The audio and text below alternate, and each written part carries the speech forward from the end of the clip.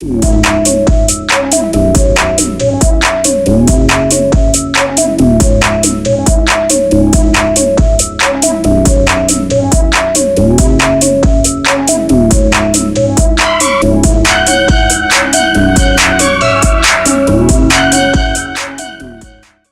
sejam bem-vindos ao programa Agenda 21 em Ação, uma realização da UCIP Pira 21, Piracicaba Realizando o Futuro, uma organização que planeja, impulsiona e monitora o desenvolvimento sustentável de Piracicaba em conjunto à população para tornar a nossa cidade um excelente lugar para se viver. Este é um programa em parceria com a TV Unimap e na nossa primeira edição a gente vai falar um pouco sobre sustentabilidade e sobre também a Agenda 21 de Piracicaba. E os convidados de hoje são o João Carlos Maranha, que é fundador e membro do Conselho Diretor da UCIP Pira 21. Seja bem-vindo. Obrigado. E o professor Josué Adam Lazier, que é secretário executivo da organização. Seja bem-vindo, professor. Muito obrigado. E também tem aqui a Rosa Moraes, que é secretária e revisora da Agenda 21 de Piracicaba. Rosa, seja bem-vinda e a partir de agora eu passo a palavra para você, então, que é a nossa entrevistadora. Ok, então vamos começar com o Maranha, que tem um papel fundamental. E eu acho que é importante resgatar que em 1992, 179 países se reuniram no Rio de Janeiro, a chamada Rio 92, para começar um movimento em prol da sustentabilidade do planeta. E foi lá que eles definiram a expressão desenvolvimento sustentável. E o mais interessante é que 7 anos depois, capitaneado aqui pelo Maranha, começou um movimento aqui em Piracicaba para construir a Agenda 21 de Piracicaba. Porque a Agenda 21 nada mais é que esse compromisso global com a sustentabilidade do planeta, ou seja, você precisa agir de forma ser economicamente viável, socialmente justo e politicamente correto. Isso não é uma tarefa fácil de se fazer, mas essa é a proposta que um grupo aqui de Piracicaba vem realizando há 17 anos. Maranha, conta pra gente como é que isso começou. Ô Rosa, só pegando o gancho, né, a questão global, né? O lema, né, pense globalmente e haja localmente. Então acho que foi dentro desse conceito, né, na época. Me lembro muito bem, nós trabalhávamos numa empresa e... Vou dar o nome, vai, nesse caso, o caso da Caterpillar, que foi o grande impulsionador inicial, né? Mas nós ganhamos o Prêmio Nacional da Qualidade. E nós falávamos e pensamos, e recebemos até perguntas do chão de fábrica. Por que numa empresa vai bem e por que numa cidade não pode ir bem? Então nós falamos, tudo é uma questão de planejamento. E por que não se faz um planejamento estratégico para uma cidade? Eu falei, tem várias cidades do mundo que tem, né?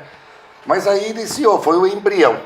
Então nós iniciamos por aí, obviamente foi contatado toda a sociedade, né, os agentes mobilizadores, então no caso a universidade, no caso da Unimap, que hoje nós estamos aqui, né, foi um dos grandes impulsionadores iniciais, as demais faculdades, universidades, imprensa, todo o meio de comunicação de Piracicaba, que nos deu uma força muito grande nesse início, né? Foi quando foi desenhado 3 cenários para a cidade. Provavelmente você se lembra, telespectadores que participaram, deve estar se lembrando também, né? Que era a década perdida, a união faz a força e o planejamento, a vitória do planejamento. E para nossa surpresa, nós não tivemos um vencedor, nós tivemos 2. Aqui na Unimap nós fizemos a votação ao vivo, com mais de 700 pessoas, 600 pessoas no caso, né? Votando ao vivo, onde nós tivemos a vitória do planejamento e a união faz a força, com 93,4% que toparam essa ideia, né? Então tudo surgiu por aí. E a partir daí, então, começou-se a desenhar, então, o plano estratégico de Piracicaba, que com a sociedade, e obviamente isso daí não funcionaria sem os poderes públicos, né? Então os 3 poderes públicos participando desde o início, junto com toda a sociedade mobilizada, Rosa. E depois, aí começou-se esse movimento e a sociedade foi toda mobilizada, foi um momento importante dentro do processo. E conta pra gente, que aconteceu depois? Porque um plano estratégico, ele tem que ter no mínimo 10 anos, né? Ele não é um projeto imediatista, né? Verdade. Que é o sistema, né, de gestão pública. Aqui em Piracicaba não é assim, né? Mas, no geral, ele acaba sendo plurianual, pensa-se somente numa gestão. Conta qual é o diferencial da Agenda 21 de Piracicaba, por exemplo, da Agenda 21 de Vitória, que foi a primeira do Brasil. Então, Rosa, nós nos baseamos, nós pesquisamos bastante naquela época, né? Acho que todo o pessoal que estava envolvido, toda a sociedade, os mais próximos que estavam trabalhando nesse embrião ainda, né? Então nós fomos pesquisar, fomos no Paraná, fomos em Vitória, olhamos a Agenda 21 ao redor do mundo, né? E chegamos à conclusão que era totalmente viável nós fazermos algo parecido para Piracicaba. Com um diferencial, nós iniciamos pela sociedade civil em Piracicaba. Normalmente é o governo que impulsiona a Agenda 21. Mas Piracicaba, na época, eu não tenho hoje essa correlação, mas na época foi, acho que, a primeira cidade onde a sociedade civil organizada que deu o pontapé inicial. Né? Então aquilo para nós foi muito bom. E logo em seguida, pensando, conforme você falou, fazia-se gestões para 4 anos, onde o prefeito eleito pelo nosso sistema, ele entra, acaba de fazer aquele planejamento que ele fez de campanha, dá um trato para poder implementá-lo em mais 2 anos e meio, porque depois começa outra campanha. E você perde a visão de longo prazo. Então esse foi um dos pontos fundamentais que o processo de planejamento estratégico dentro da Agenda 21 trouxe para Piracicaba. Eu até gostaria de relembrar para os telespectadores, né, a nossa visão da época, que foi desenhada em conjunto com a sociedade, né? E de uma forma bem sumária, bem sucinta, ela se chamou o Salto de Piracicaba. Você se lembra disso, né? E hoje está nas nossas agendas, né? E que Piracicaba será uma cidade modelo de desenvolvimento sustentável para o Brasil e um excelente lugar para se viver. Boa ela já era e continua melhorando até hoje, né? Maranha, só relembrando aí a história da nossa Agenda 21, como todo bom plano estratégico, geralmente a cada 5, 6 anos ele precisa ser revisado e projetado para mais 10 anos. E em 2006 foi realizada a revisão, elaborado, né, um novo Perfeito. Plano estratégico para Piracicaba, e na época nós celebramos 22% de ações executadas. E eu queria que você colocasse aí para a gente as principais ações, o que aconteceu, os sonhos daquela época que se tornaram realidade. Perfeito, Rosa. Bem lembrado, então nós tivemos praticamente 22% de ações principais, né, que estavam, ou seja, os anseios da população, né, sendo realizados pelo poder público e pela sociedade em si, né? Então tem várias pequenas ações realizadas pela própria sociedade, pelas entidades de classe aqui de Piracicaba, né? E o principal, obviamente, é de onde se espera, de onde nós pagamos impostos e queremos um retorno para a comunidade, que é o poder público, principalmente executivo, né? Mas eu me lembro de alguns projetos que nós chamamos de estratégicos.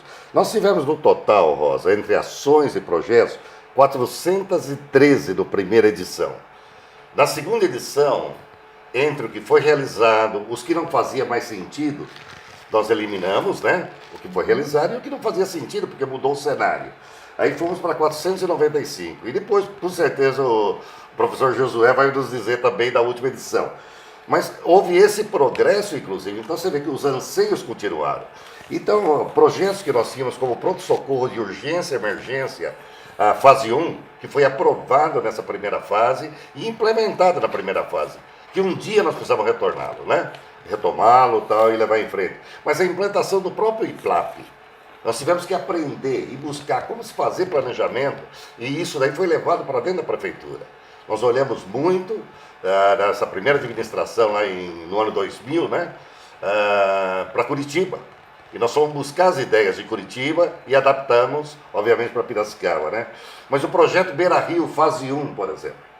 Aí fomos para fase 2, fase 3, e agora o prefeito atual, o Ferrato, acabou colocando mais uma outra parte, né? Então é um projeto que vem a longo prazo, né? Mas a reforma do teatro, pinacoteca, a instituição das áreas de lazer Estação Paulista, a Casa do Produtor Rural, na Exalc. Então foram projetos estratégicos da época, né, que nos ajudou a alavancar. E ultimamente, deixa eu até olhar a minha listinha aqui, que são tantas, e obviamente o tempo não permite, né? Mas a implantação de novas faculdades, né, a FATEC, a FATEP, na época, né, o curso técnico que foi trazido para Piracicaba, a criação da 7ª Vara Civil de Piracicaba, que era muito deficiente, nós tínhamos essas oportunidades. Então o Poder Judiciário trabalhou e buscou isso daí para Piracicaba na época, né? Mas o anel viário, que nós acabamos agora de completá-lo, né? Finalmente, né? Que se discutia no passado, mas ele voltou à tona através da comunidade, os poderes públicos, lá em 2000. E, obviamente, nós vimos ele realizado agora, né? Em 2016, praticamente, né? A revitalização, a revitalização do Engenho Central, onde nós temos nossas festas comunitárias, populares aqui de Piracicaba, né? Na época, nós não tínhamos nada. Nem regularizado ele estava, né? Tratamento de esgoto, isso aqui é muito importante. E eu vou parar por aqui, tem uma lista ampla. Mas na época, eu me lembro muito bem, nós tínhamos 32% do esgoto recolhido tratado em Piracicaba. E hoje, praticamente 100%, né? Então você vê a evolução com relação para a saúde pública e, obviamente, um benefício para o meio ambiente. Não dava para brigar com os municípios acima de Piracicaba, que deteriorava o nosso rio, sendo que nós estávamos jogando todo o nosso esgoto na água do próprio rio. Então hoje nós temos sim o poder de falar isso daí, né? E de exigir que a montante de Piracicaba a gente consiga melhorar a qualidade das águas de Piracicaba. Então esses são alguns projetos, algumas ideias que a nossa população trouxe, que já batalhava anteriormente, mas que nós vimos ser realizadas e que fazem parte da Agenda 21 de Piracicaba. Tá certo. Agora vamos falar um pouquinho com o professor Josué e vamos falar da segunda revisão da Agenda 21, que foi entregue à população em 2015. E aí nós fizemos uma nova celebração. Esse novo plano, no seu balanço, né, o balanço das ações executadas aí no período entre 2007 até 2014, trouxe aí um resultado de 47% das ações projetadas realizadas. E isso demonstra um amadurecimento da nossa sociedade. Então, não só a sociedade de uma maneira em geral, o poder público caminha para a sustentabilidade do nosso município. Agora me conta, o que aconteceu com essa terceira edição, que ela foi, além da gente estar celebrando bons resultados das duas primeiras edições, né, das primeiras revisões aí, o que aconteceu de tão especial na nossa terceira? Então, ela tem, vamos assim dizer, um caráter bem inédito, porque diferentemente das outras, a atual, então, Agenda 21, para o período 2016-2025, ela foi realizada por especialistas que residem em Piracicaba. Pessoas que conhecem o dia a dia da cidade de Piracicaba, conhecem o povo piracicabano, que fizeram todo um trabalho de diagnóstico do município, consultando fontes primárias que foram cedidas pelos diferentes poderes, né, a prefeitura, a Câmara de Vereadores, o setor jurídico, também a segurança pública, e de posse dessas fontes primárias, os especialistas elaboraram um diagnóstico da cidade e, a partir de diversas consultas públicas, envolvimentos de entidades, envolvimentos da sociedade de uma forma geral, foram então elaboradas as ações. E aí é um conjunto de ações que mostrando então o amadurecimento, que foi justamente a capacidade de, com pessoas da cidade, lerem a realidade do município, interpretarem os diferentes setores do município, acabaram por produzir, em consonância com a sociedade, um conjunto de 592 ações para esse período proposto pela Agenda 21. E é importante ressaltar que a Agenda 21 não é um plano de governo, muito embora o governo municipal ele possa se nutrir das propostas da Agenda 21, porque a agenda contém a proposta do piracicabano, que se mostra bastante otimista com a sua cidade, um otimista com os pés no chão, sabe da realidade, mas sabe da potencialidade, sobretudo no que diz respeito ao desenvolvimento sustentável, ao desenvolvimento humano, para que Piracicaba continue sendo uma referência, amplie a sua possibilidade de referenciar também outros municípios e seja um lugar muito bom para se viver, construir a vida e também desenvolver-se de uma forma a acolher pessoas que vêm de outros lugares. Dessa forma, então, a Agenda 21, ela pauta a sociedade. Ela pauta o gestor público, ela pauta o legislativo, pauta o judiciário, pauta a segurança pública, as universidades, as escolas, as entidades, sobretudo o povo piracicabano, porque é um compromisso de todos nós que residimos em Piracicaba de contribuir para que as políticas públicas, os planos de governo possam também caminhar na direção de atender às inquietações, a percepção e a contribuição do povo piracicabano que está presente na Agenda 21. Bom, o nosso programa Agenda 21 em Ação já está chegando no final. Quero agradecer o professor Josué, o João Carlos, a Rosa e agradecer você que acompanhou a nossa primeira edição do Agenda 21 em Ação. E para acompanhar esse programa e outros programas, você pode acessar o nosso site, que é www.tvunimep.com.br, ou pode acessar o nosso Facebook, que é facebook.com/tvunimep. Obrigado e até o próximo programa.